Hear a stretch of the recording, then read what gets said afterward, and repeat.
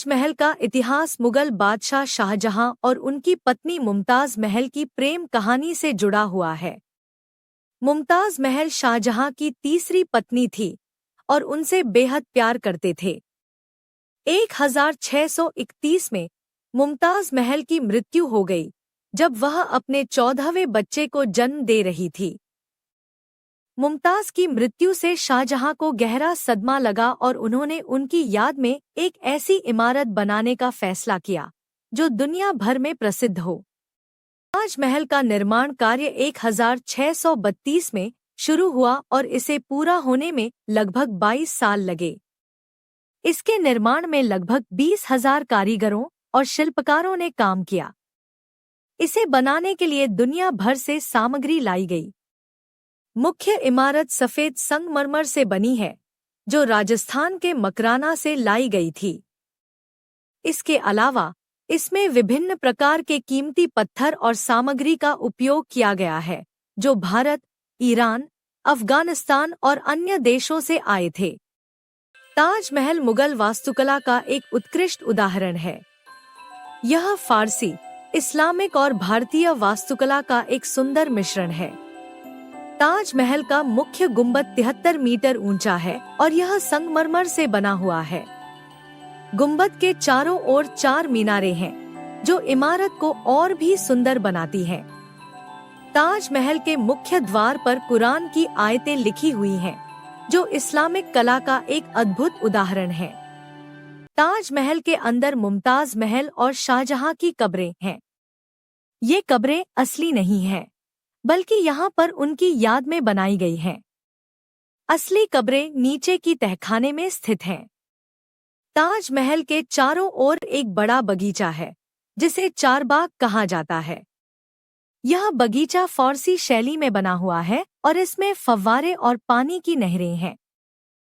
ताजमहल न केवल अपनी सुंदरता के लिए प्रसिद्ध है, बल्कि यह प्रेम, समर्पण और वास्तुकला की महानता का प्रतीक भी है। यह इमारत दुनिया भर में मुगल वास्तुकला का एक उत्कृष्ट उदाहरण है। ताजमहल को यूनेस्को द्वारा 1983 में विश्व धरोहर स्थल घोषित किया गया था। यह दुनिया के 7 अजूबों में से एक है और हर साल लाखों पर्यटक इसे देखने आते हैं। ताजमहल का महत्व केवल इसकी सुंदरता और वास्तुकला तक ही सीमित नहीं है। यह इमारत मुगल साम्राज्य की शक्ति और समृद्धि का प्रतीक है। शाहजहां ने ताजमहल को न केवल अपनी पत्नी की याद में बनवाया, बल्कि यह मुगल साम्राज्य की महानता को दर्शाने का एक तरीका भी था। ताजमहल को बनाने में जितनी मेहनत और समय लगा, उतनी ही मेहनत इसकी रक्षा और संरक्षण में लगती है। समय के साथ ताजमहल को प्रदूषण और पर्यावरणीय कारकों से खतरा होने लगा है। आगरा शहर में बढ़ते प्रदूषण के कारण ताजमहल का सफेद संगमरमर पीला पड़ने लगा है। इस समस्या से निपटने के लिए भारत सरकार और यूनेस्को ने कई कदम उठाए हैं।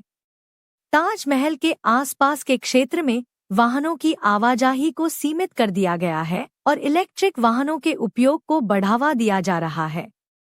इसके अलावा ताजमहल की सफाई और रखरखाव के लिए विशेषज्ञों की टीम लगाई गई है। ताजमहल को सुरक्षित रखने के लिए यह आवश्यक है कि हम सभी इसकी सुंदरता और महत्व को समझें और इसे बचाने में अपना योगदान दें। ताजमहल दुनिया भर के पर्यटकों के लिए एक प्रमुख आकर्षण है। हर साल लाखों पर्यटक ताजमहल को देखने आते हैं। ताजमहल की यात्रा करने के लिए सबसे अच्छा समय सर्दियों का मौसम है, जब मौसम सुहावना होता है। ताजमहल सुबह की सूर्योदय की रोशनी में और शाम की सूर्यास्त की रोशनी में बेहद सुंदर दिखता है। ताजमहल की यात्रा करने वाले पर्यटकों को कुछ नियमों का पालन करना होता है। ताजमहल के अंदर खाने पीने की चीजें ले जाने की अनुमति नहीं है और यहाँ पर फोटोग्राफी के लिए कुछ प्रतिबंध हैं। ताजमहल की यात्रा करने वाले पर्यटकों को इन नियमों का पालन करना चाहिए ताकि इस ऐतिहासिक धरोहर को सुरक्षित रखा जा सके। ताजमहल भारत की गौरवशाली ऐतिहासिक और सांस्कृतिक धरोहर है। यह न केवल अपनी सुंदरता के लिए प्रसिद्ध है, बल्कि यह प्रेम, समर्पण और वास्तुकला की महानता का प्रतीक भी है। ताजमहल को बनाने में जितनी मेहनत और समय लगा, उतनी ही मेहनत इसकी रक्षा और संरक्षण में लगती है।